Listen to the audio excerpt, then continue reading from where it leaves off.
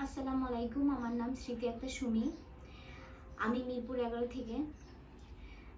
আমার বয়স হলো 24। আমি আমার সংগঠনের নাম হলো পল্লবী মহিলা সমবায় সমিতি লিমিটেড। আমি কাজ করলাম হলো কারচুপির ভিতরে অনেক প্রকার আছে, যেমন হেজাব আছে, জুতা আছে, জামা আছে, শাড়ি আছে। এগুলো নিয়ে আমরা কারচুপি কাজ করি। আমাদের দলে আছে 300 জন। 300 জন নিয়ে একটা দল। আমরা ওই দলটা একসাথে কাজ করি একই মাহাজনের। তো আমরা ওইখানে একটা সংগঠন আছি, তো সংগঠনের মাধ্যমে আমরা কাজ করি। এই নিয়ে আমি ওসির সাথে জড়িত আছি 2008 সাল থেকে। ওসি তো এখান থেকে আমি অনেক মিটিং করেছি, অনেক মিটিং পেয়েছি। তো এর মধ্যে অনেক মিটিংয়ের ভিতরে অনেক প্রকারভেদ আছে, যেমন জেন্ডার বেস ভায়োলেন্স, তারপর সহিংসতা, তারপর মানে সংগঠিত, তারপর নেতৃত্ব প্রদান করা বা নেতৃত্ব কিভাবে দিতে হয়। তো এগুলো নিয়ে অবশ্যই আমি অনেক ভাগ্যবান এখান থেকে যেগুলো পেয়েছি।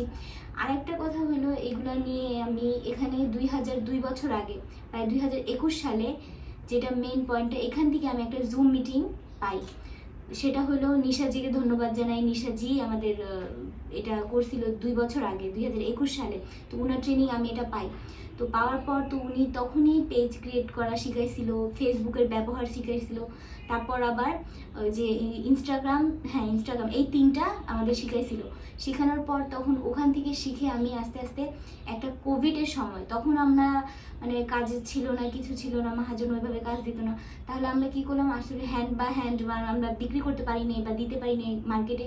তো এই জন্য ওই জুম মিটিংয়ের মাধ্যমে, মানে জুম মিটিং হয়েছিল, জুম মিটিং পেজ ক্রিয়েট করছিল। পেজ ক্রিয়েটের মাধ্যমে আমরা এখান থেকে একটা পেজ খুলি। আমি পেজ খোলার পরে ওইখানে আমি মানে সেল করা, আস্তে আস্তে টুকিটাকি সেল করা শুরু করি। মানে ওইরকম কিছু হয়নি, আস্তে আস্তে সেল করা শুরু করি।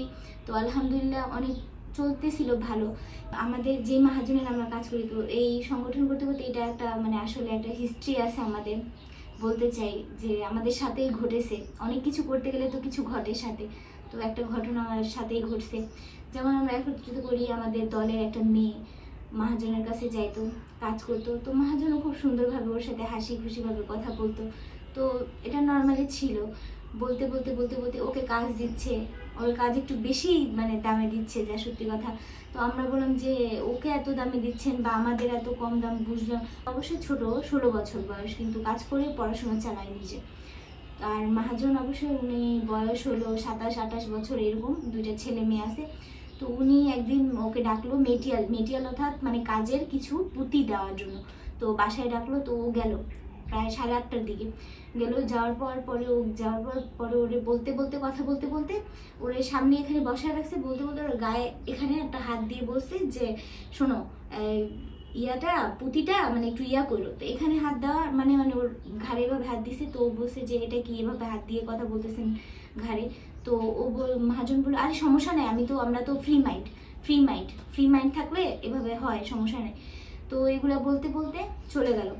আরেকদিন ডাকলো কাজে, বলতে বলতে মানে হুট করে মানে ওর পায়ের এখানে দিয়া হুট করে মানে পায়ের সাথে পা বাড়ি দিয়ে মানে একদম মেয়েটা পড়ে গেছে চেয়ারের উপরে। পরে এরকম একটা ঝামেলা হওয়ার পর তো ও প্রায় সময় এরকম করতো, না পাইরা পরে যে আমাদের একটা কমিটি আছে, কমিটির মাধ্যমে, যেমন 300 জনের একটা কমিটি, 300 জনের মধ্যে পরে ও আমাদের চিনে। আমি যেহেতু আমরা হানসার প্রোগ্রাম করছি, ওশিতে করছি, পরে এখান থেকে আইসা উনি আমাদের বিচার দিছে, মানে বললো যে এগুলো ঝামেলা চলতেছে।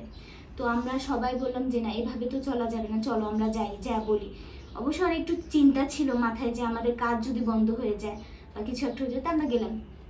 যাওয়ার পর উনারে বললাম যে বিষয়টা এরকম এরকম। উনি একদম ডাইরেক্ট অস্বীকার করে যে না, এরকম আমরা করি নাই, ও আমার ফ্রি মাইন্ড। তো আমি ওই মেয়েকে বললাম, তুমি কি ফ্রি মাইন্ড? ও বললেন না, আমি এগুলো কিছু করি না, উনি এরকম করছে। পরে যা আমরা বলছি সবাই মিলে একত্রিত হয়ে যে আমরা কাজ করবো না, আপনি এরকম করলে, সোজা কথা, আমরা কাজ করবো না, আপনি যদি এরকম করেন আমরা কাজ করতে পারবো না।